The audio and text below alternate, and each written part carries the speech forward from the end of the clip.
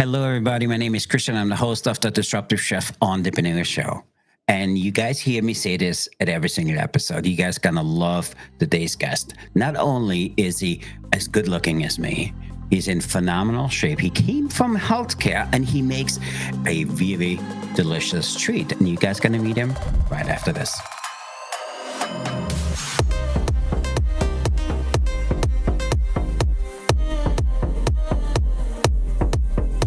Hello again, my name is Christian. I'm the host of the Disruptive Chef Entrepreneur show, and I really appreciate you guys tuning in today because today we have an amazing human being as a guest. He started a brand called the San Diablo Churros. It's just an amazing product. I think you guys need to know that. He has whole roots in healthcare. He does leadership. He drives on bold innovation. He brings a new perspective to any industry. And I want to say any industry because as we started following him, the message he has and the way he communicates with people goes beyond food service.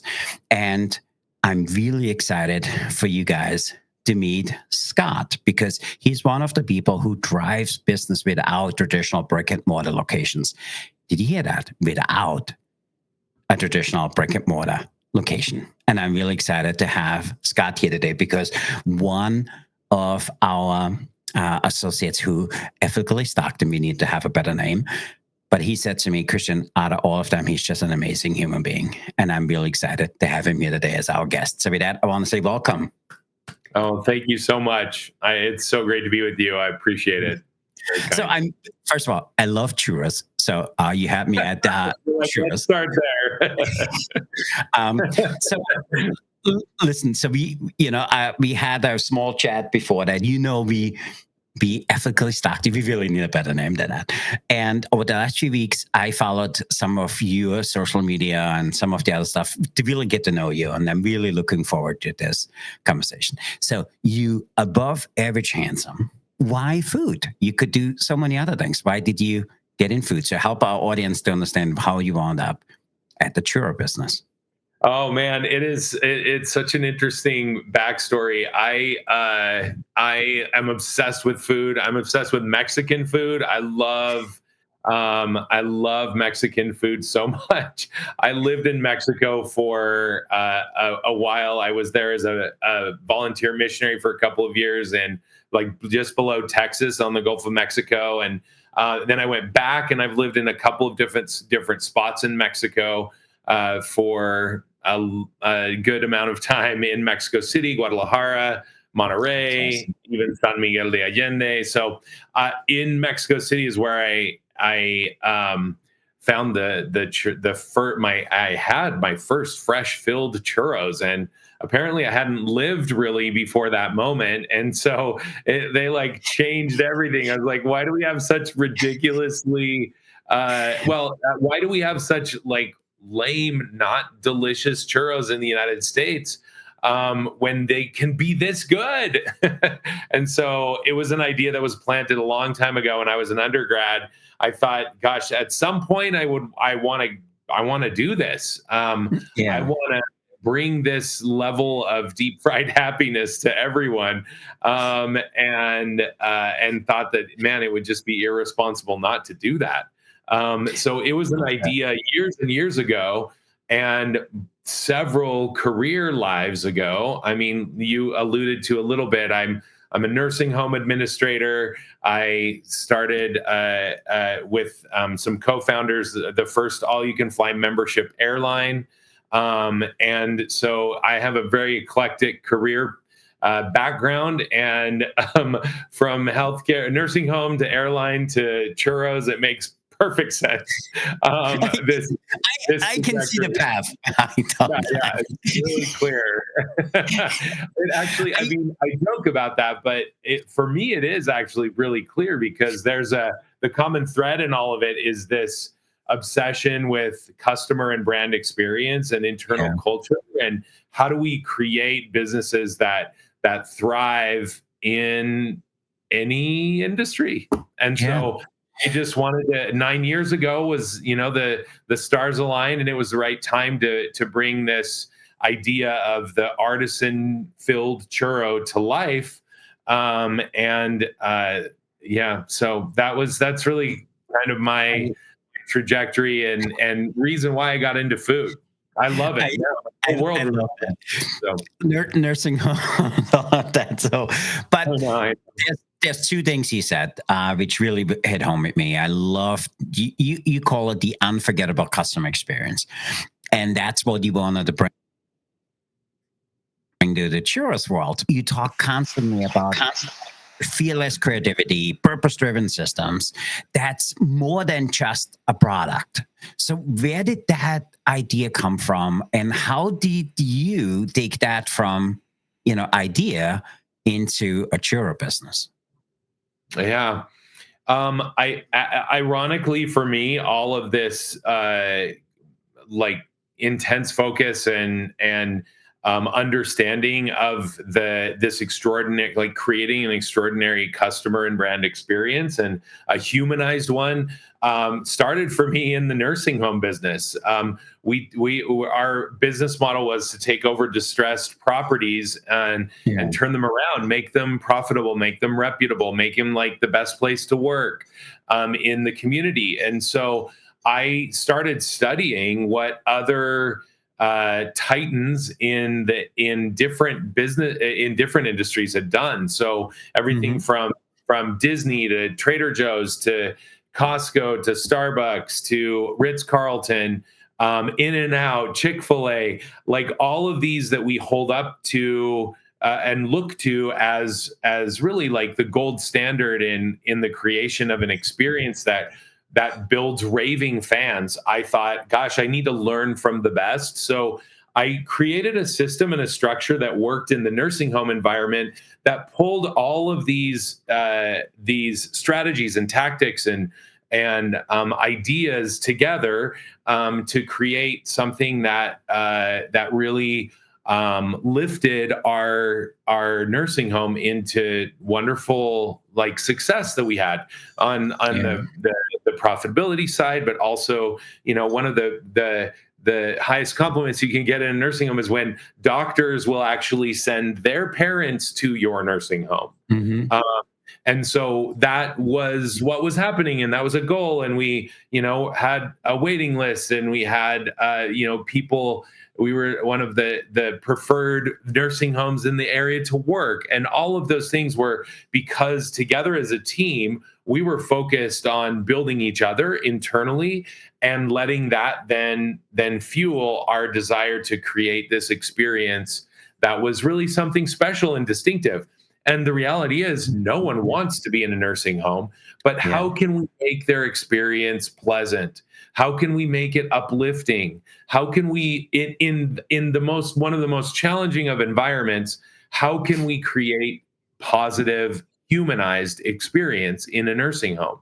And so, anyway, that was like the impetus. And then I thought, I saw all of this like richness that we were able to accomplish. How can we now take that in and apply it in other industries, in the airline industry and now in food? So I absolutely love that. By the way, I don't really say it that often, but in my career, I managed 600 nursing homes throughout the US. Whoa. And I can tell you, it wasn't nursing home, it was you. And people came and did this because of you, not because of nursing homes. And for me, I loved my career at the time at the nursing home, but the tough thing for me always was walking in. It just really hit home because even people said it was a home away from home. It wasn't. It was sad. The employees walked around not happy. And for me, it was one of the things where I said, we need to bring it. I'm in food, so we managed the food for them. And for me, it was, how can I make the food so amazing? How can I hire the right guy in the kitchen to have the meal period become a highlight for them? 100%. And it's really hard to do that. And for me, it was the most humbling job I ever had. It was also the most gratifying job I ever had, because if you walked away and people said, you know what, the food was good, but but the guy you have cooking it is amazing. And that's what really was. And so for me, I realized it's not about the facility, it's about the people you have. You need to find the right people. And I think the reason you were so successful in that is because of who you are and what you stand for and what the systems and the things you put in place. And that's absolutely amazing. Absolutely heads off to you to create that, because I knew when there was a doctor's parent or relative there, that was a really high note. So for me, that's absolutely amazing. Oh wow, So that's so cool. I mean, I think that what you were able to accomplish is like this. That's one of the elements of the sensory experience that we have as a customer, as a yeah, client, as whatever, is the food. Well, then what does the smell look like, right? Everyone mhm, knows that distinctive nursing home smell, right? So yeah, how do we impact all of the touch points? And food is such an important, like they eat 3 times a day, and yeah. there's like that's so important that they create something that is special. So Yeah, and for us, so we were a corporate facility, but we went in and we said, okay, how can you follow as a chef 60% of what we ask you to do?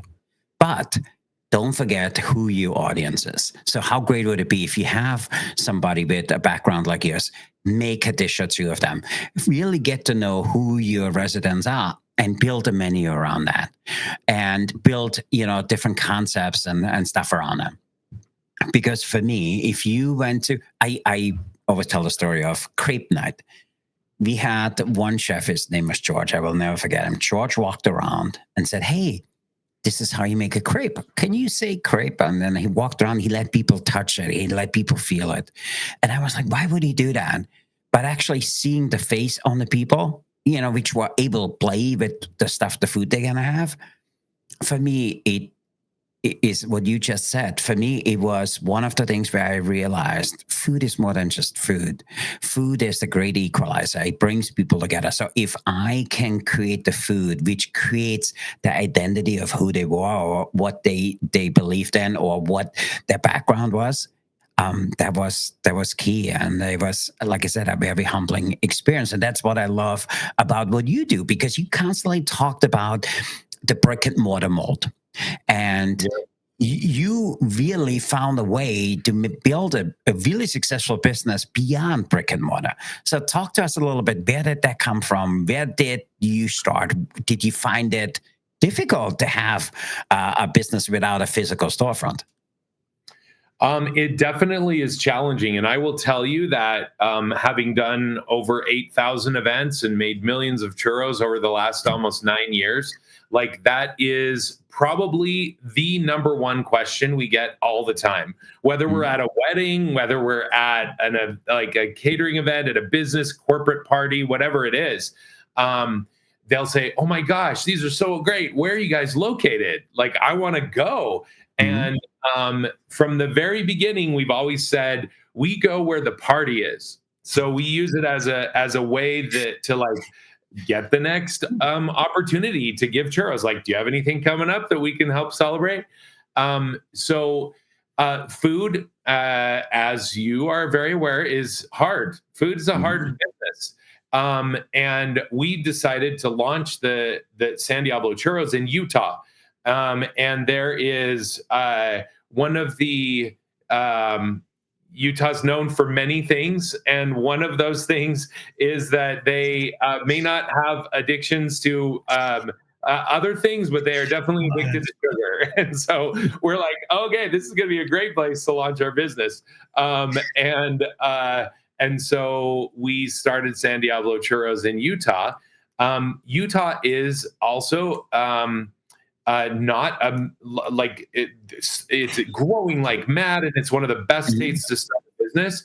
But we don't have the type of volume and traffic that you have in like New York City or Los Angeles or even like parts of Texas and things that have massive amount of volume. And so Yeah. I felt that it was going to be challenging for us to have such a niche product as a churro in a brick and mortar and drive traffic to the store. Yeah. Instead, Yeah. let's our churros to people where they are celebrating. And I love so that. if and I truly believe, like, we have a lot of, over the years, we've kind of come to realize, and in talking with a lot of other business owners, we're really quite similar to fresh made pretzels. Mm-hmm. I That love they that. work in a handful of very specific locations. They work Mm-hmm. where there's high traffic, low vol or low price sensitivity, and where there's an impulse buy. You smell that, and you're like, I didn't know I needed fresh churros, but I do now. I didn't know I needed fresh pretzels, but that smells delicious. Yes, I need that right now. Um, so in Utah, there's not a ton of places that have that type of high traffic and Mm-hmm. low price sensitivity, or and so high traffic and yeah, where people are just like, I'll spend Yeah. whatever, doesn't I, matter. I, Smells I good. love that. And That's why I kind of chuckle when you talk about Utah. I have one of our manufacturing facilities is in Utah, and I couldn't see any of them asking for churros. I think they would eat them if they come. But for me, it kind of makes me chuckle because it's not something which is common there. And then, Right. but I'm going back. I think it's you, Scott, because I want to know a little bit more about your customer experience roots, because you began as the executive director of the two nursing homes. How did that experience shape your obsession, not just with customer and brand experience, but just knock it out of the park at every single event you do? Yeah. So it goes back to it. So much of it is a little bit what I mentioned a minute ago, of like this full sensory experience, Yeah. and actually intentionally designing the experience, and thinking through, walking through the customer journey. And so when, for example, I'll just give you some examples from the nursing home. Well, we there, and maybe overarching theme to all of this is that this is not rocket science, and this is really quite simple. Mm-hmm. The bottom line with everything is that we are human beings interacting with human beings. And so the more that we can create a humanized experience, the Mm-hmm. better it is going to be, the more loyal people will feel to us, and the more that they will come back to us as trusted advisors for, Clayton Yeah. Christensen, one of the predominant business minds in our lifetime, coined the phrase, like, there is a job to be done. Like, everyone has a job to be done. They're coming to you to do a job. Help them do that job and make it as seamless and as easy and fluid and beautiful as possible, and they will be loyal to you because Mm-hmm. you're helping them with their job to be done.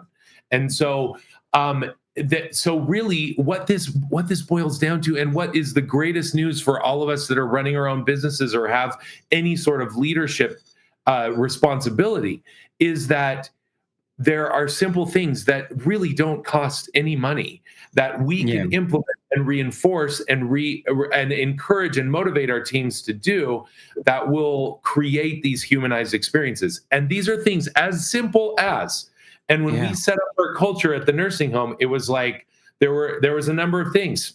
We smile, right? So we make eye contact. I mean, these sound so silly. These sound like things that you would assume everyone does, but that's not true. You just said it yourself. Everyone, all of the team members at the nursing home were sad. They're like walking around, they're like not making eye contact. So we changed that. We're smiling, make eye contact. The other thing, we call people by name, right? Like, what's the most beautiful sound to anyone's ears is their own name. And so instead of like, bed 55B needs an IV or needs pain meds, it's like we talk to and each other. Mrs. Jones needs some pain medication. We don't refer to people by bed numbers, but by names, because they are humans. They're not beds, right? And so smiling, eye contact, recognizing people. Well, another thing that we did in the nursing home, and as you know, one of the biggest sources of complaints, aside from the food, is our call lights unanswered. I was clicking my call light for 15 minutes and no one came to help me. Yeah. Right? Which is a very valid complaint. And Yeah. so we made it a rule that it is everyone's job to answer a call light. Even though I, as a non-clinician, cannot do an IV, I can't take someone to the restroom, I can't do that legally. But it was anyone's responsibility to answer that call light and then go and get some help, because it is everyone's job to take care of our residents. And so and you better believe, like, when we put our money where our mouth was, my business partner Elizabeth and I, we said, if you ever catch us walking by a call light that we don't answer, we give you $20 out of our pocket on the spot. And so you better believe that our team was watching. They wanted to watch and see if we lived that culture, if we lived that expectation that we were asking everyone to do. And that sends ripple effects throughout the business of this idea of it is everyone's job to take care of our residents. And so we are all committed in this together, and we care about them because they are humans. We are humans. And again, this overarching theme is that businesses have moved, and this is so real in food, like you said, like it's a great equalizer. It's like one of the most humanized things that we do together across cultures, borders, socioeconomic levels, whatever it is. We all eat and we all love good food. And so I think I want to overlay, we like it with people we love. We like to do it with people we want to connect with. We want to be around people which are just like us. And for me, I'm going back. When I hear you talk, in my mind, I see, oh my God, you will be so good in so many other things. No wonder you're so good in what you do. But there's one thing I absolutely love about you. You call that the fearless asking. So, and just recently in one of the posts you had, you talked about that you learned to be a fearless asker. So can you share that story, or can you share a little bit about that mindset that opened doors and helped you with some new opportunities? I'm so grateful that whatever I have been learned from parents, loved ones, teachers over the years, coaches, mentors, everyone in between, life in general, is that there's something in me that I am so curious. I'm so curious about life. I'm so curious about all the little nuance, like why is that like that? And not only why is it like that, but why can't it be better? Like, is there another way that we could do this? Something that has helped me so much in this process of curiosity has been travel. When you travel, I have a goal to be to a new country, to have visited however many countries of the age that I am. So like however old I am, that's how many countries I want to visit. So the idea is I want to visit a new country every year. And new experiences. I want to understand other people's ways of life and how they do things differently and how they see things differently, and what can we learn from each other. I am fascinated by that. I am just like so drawn to that. But here's the interesting thing. In 1 year, this was maybe 10 years ago, I was in between the airlines and the churro business. And so I had some time, and I was involved in some humanitarian work with an amazing organization called Choice Humanitarian. Within a 6-month period, I had spent I went to 3 very different parts of the world and worked and hugged and lived together with wildly different cultures in the mountains of Nepal, in the jungles of Guatemala, and in the desert of Kenya. And so, and it was one of the most enriching years of my life to experience all of those different cultures in these very intimate ways in their villages, living, sleeping in a community center on the floor, but then working side by side with them, either building bricks or digging ditches or learning business principles together, whatever it is that the projects were that we were working on. And as the one of the most interesting, like the richness of the differences, but one of the biggest takeaways for me in all of that experience was that not only that, but we are actually way more the same than we are different. No matter what language we're speaking, no matter what our socioeconomic level is, no matter what our level of education, resources, wealth, family situations, we all, like we're talking about food, we all eat. Mm-hmm. We love to eat together, and we love good food together. We all breathe. When we cut ourselves, it bleeds. We all want to be loved. We all want to be seen and understood. And so, like, babies are born the way babies are born everywhere. Mm-hmm. When we have a toothache, it hurts. We want it out. Like, those are all of the things that make us similar.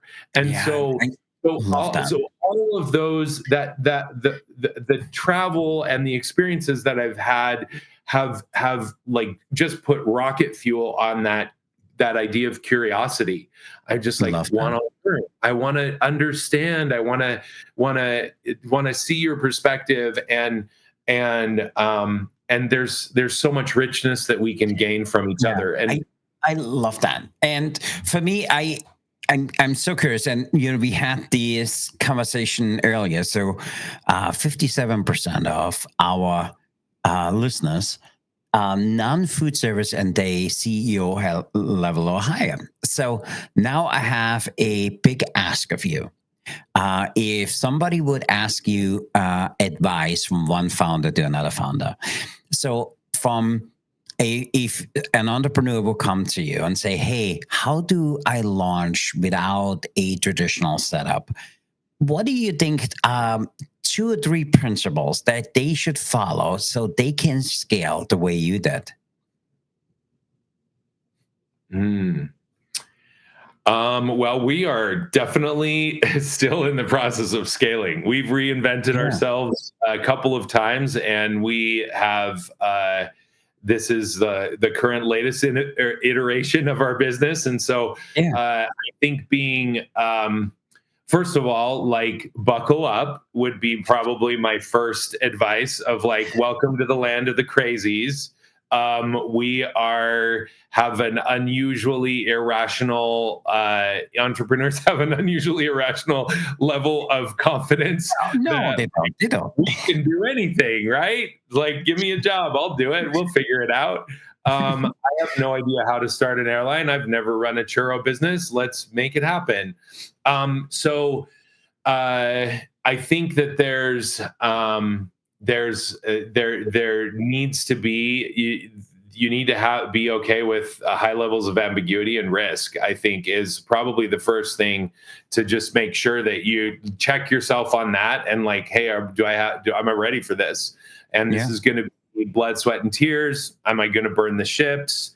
And we're all in, So I think that there's that. We're still learning how to scale, but I think foundationally there needs to be, at least in my particular situation, I've found things that have I've always gravitated towards things that maybe are really hard, or no one's ever done them before, or some really difficult challenge.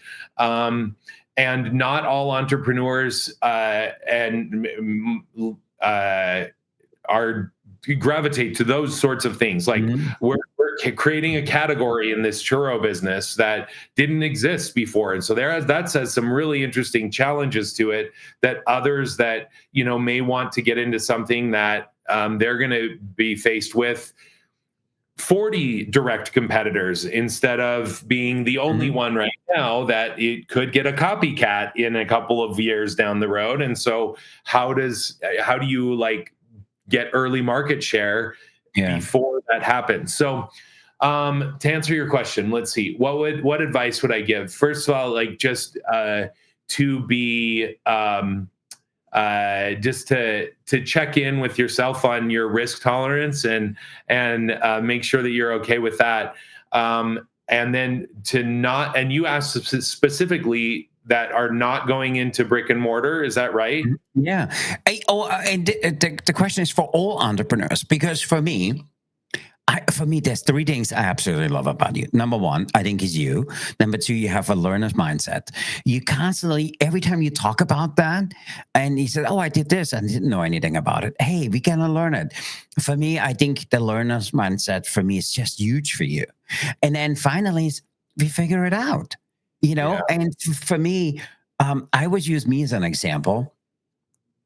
I didn't like podcasting. I'm still figuring it out. Okay, we're 200 episodes in. I'm sitting here after the episodes and say, oh, this worked really good. Okay, I do this. Oh, this didn't work. Okay, I don't do that anymore. It's like the whole idea of Kanai, the constant, never-ending improvement. Because for me, I want this to be a great experience for anybody listening in. I want this to be a great experience for somebody who want to learn something new. And I want this to be a great experience for you.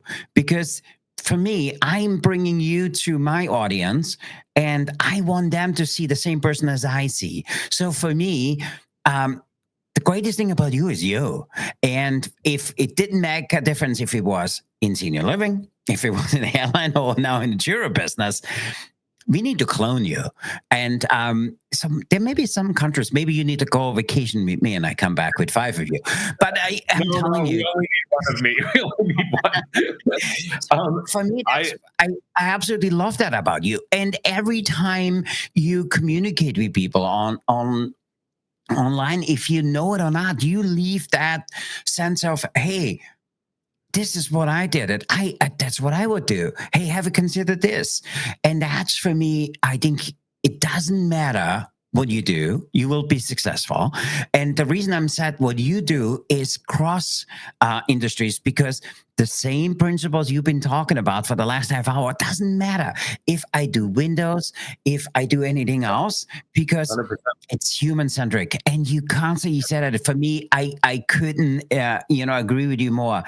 It's a human business. We serve humans, and we want them to have a great experience. And we currently have 3 restaurants, and we don't call ourselves restaurateurs. We call ourselves architects of memories, because we want everybody who comes in, I want them to have such a great evening. When they leave, they say, oh my God, I connected with Scotty, was so good. And all of it. By the way, the food was great. And the atmosphere was amazing. God was amazing. I really connected with him and all the stuff he talked about. So for me, if you look at things differently, and I always tell the joke, I wanted to go see Tony Robbins. This is now 25 years ago. I drive into New York City. Everything which could go wrong went wrong. I went into the building. The guy looks at my ticket. He looks at me, looks at the ticket, said, "Oh, Jack, come with me." I go in there. There's this guy up on stage. Okay. So I must be warming up for Tony Robbins. He was Wayne Dyer. And Wayne Dyer, he says, "Oh, what is your name?" I said, "I'm Christian." He said, "Oh, we are Christians here. Come up here, come here." Turn around and now look to the 14,000 people, and everybody look at Christian. This is what he looked like when he's 40 minutes late. And I wanted to die. I was sitting up front and I was like, next break, I'm out of here. And he came to me and said, "Hey, do you know why you're here?" I said, "I fucked up. I went the wrong thing." He says, No. When the student is ready, the teacher will appear." And I was like driving home that night. What does that mean? What does that mean? I came back the next day to him, even though I had Tony Robbins tickets. And then he said to me one thing, and I quote still today. He says, "When you change the way you look at things, the things you look at change. And then I drive home again. I was like, what does this mean? I come back the next day. What does it mean? And he said, the day you figure that out is you will realize that there's so much more you have to learn. And for me, it was so humbling. And for me, the more of the story is you really don't know. I honestly feel you meet people for a purpose. You do things what you called to do. And for me, it doesn't matter what you do. You will be highly successful at that because of who you are and the way you look at business and the way you look at making this a human-centric experience. And that's what we absolutely love about you. And I love what you said too. Like even when you're talking, I mean, you brought up the example of like a Windows business. Like, how do you and the other, one or two other things I would say to advice to entrepreneurs, including myself, would be to have that human-centric mindset going into your business, no matter what your business is. Yeah. And like, I just had an electrician come to my house. He was like the nicest guy ever, was so kind. So like, is this okay if I do this? You put on booties to walk into my house, the whole thing. Right. And very kind and unexpected. And that's where you can stand out as a business because the other part to that is that we are no longer in the consumer-based economy that we grew up in. We are in an experience economy. And so the sooner that we transition our mindset as leaders to a consumer-based, or I'm sorry, to a experience-based economy mindset of relationships, interactions, not transactions. Gone are the days when we're like, I give you money, you give me something, and we're like, done. It's like, I give you money, you give me something, and I want you that something, and then the next thing, and you to give me a recommendation based on because you know me and you care and you say hi. Like, I love that Trader Joe's, for example, has actually come out publicly and said that they will never have self-serve checkout at Trader Joe's. I love that. You're right. They don't. They want that personal. Now, is it going to change anyone's life? Who knows, actually? But I have this whole trifecta of Trader Joe's experiences where I'm like, oh my gosh, they turn around and give someone free flowers, because they just bought a new car. My friends, they asked them how their day was, and my friend said, well, they actually said, do you have any plans for the weekend? Just like, this is normal banter, that you have with stranger that you don't know, but that you just care because you're a human. You say, well, what are your plans for the weekend? And she said, well, I'm actually going to my father's funeral.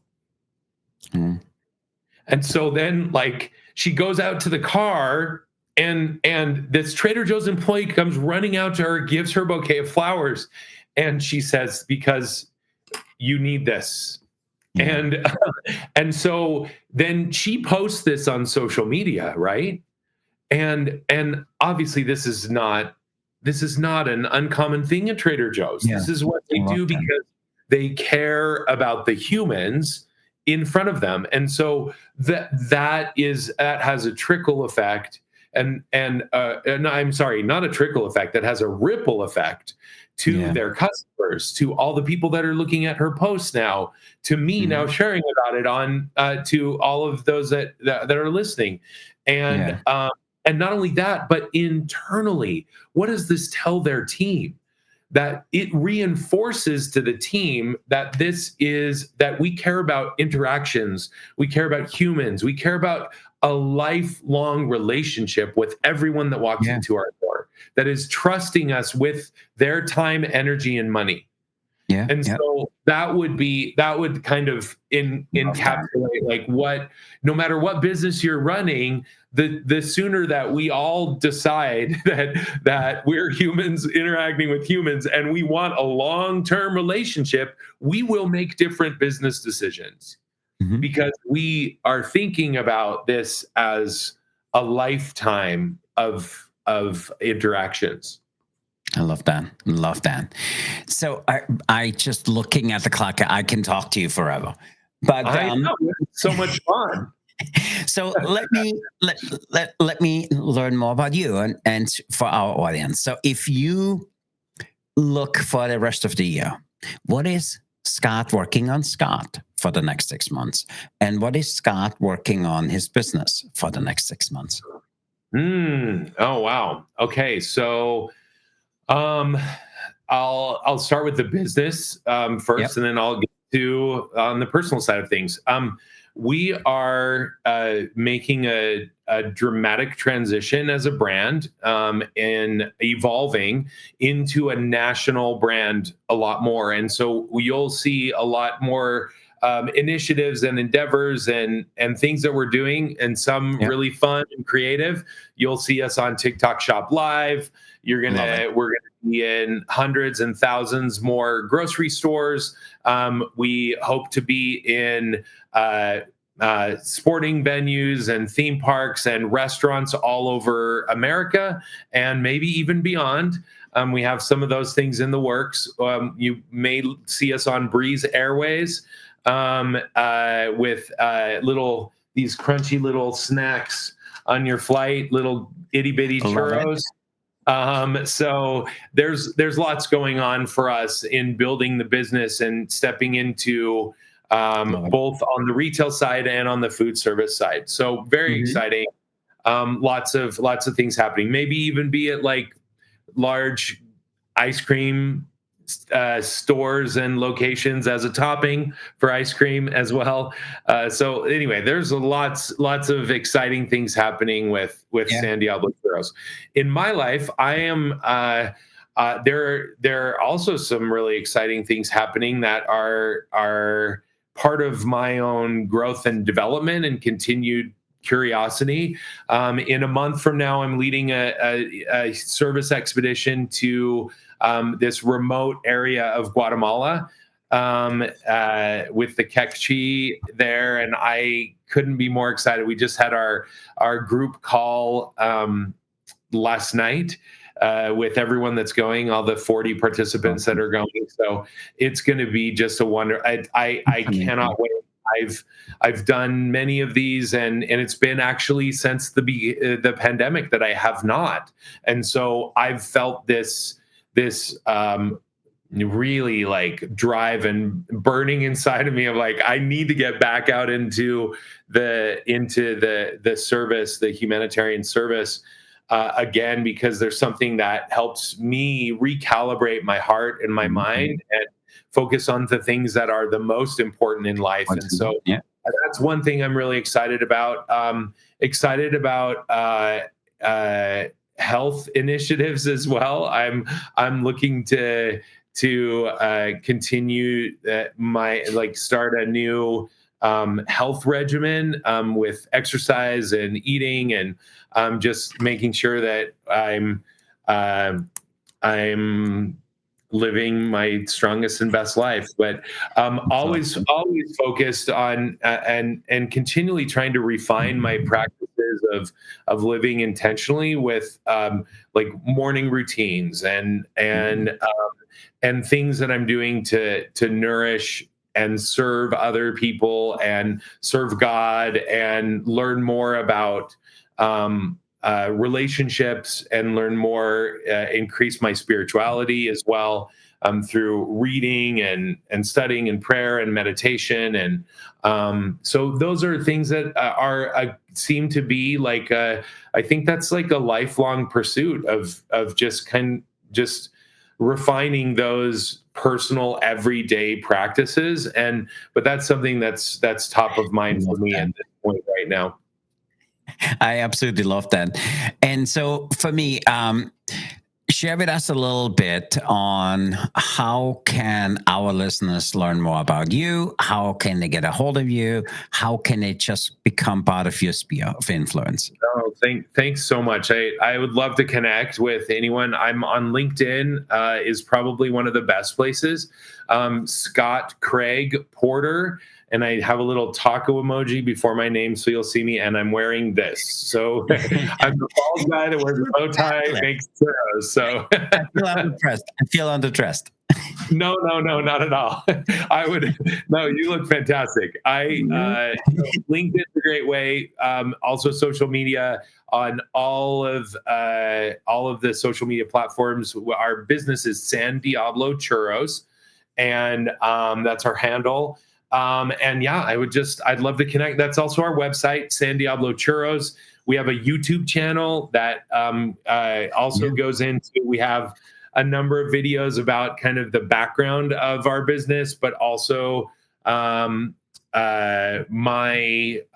mindset about what we're doing at San Diablo. Plus, we have Churro University on there too. It's like a whole playlist of how to make churros at home. So that's really fun. That's really, really cool. Okay, awesome. First off, I really appreciate you being here. And for me, thanks for the gift of your time. Thanks for spending an hour plus with me. And for any listeners out there, there's really 3 things I learned today. Okay. First of all, I have to say thank you for your energy, for your clarity, for your fearless innovation. I absolutely love that about you.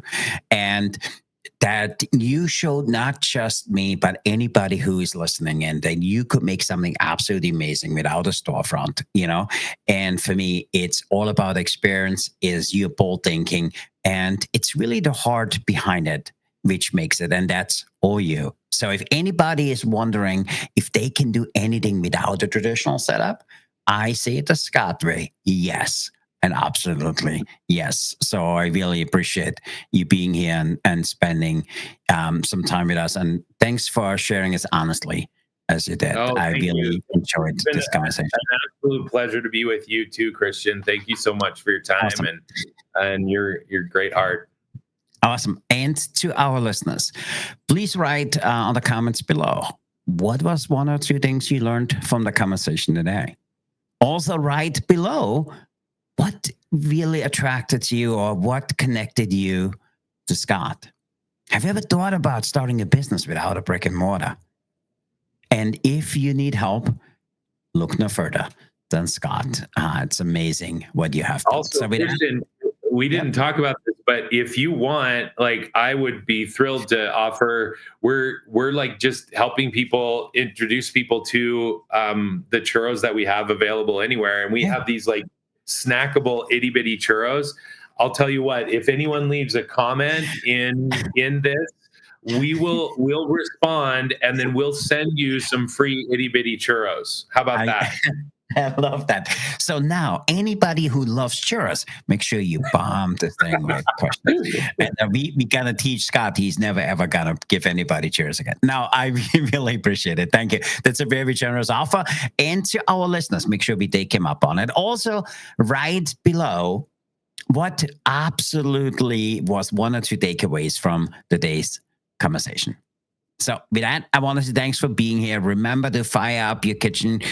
And not just that, stay hungry for change. I'm Christian. I'm here with Scott, and we are signing off. That means we are out of here. So be the change, be the challenge, and be the chef who sets the world on fire. With that, Scott, I really appreciate you. Thanks for being here.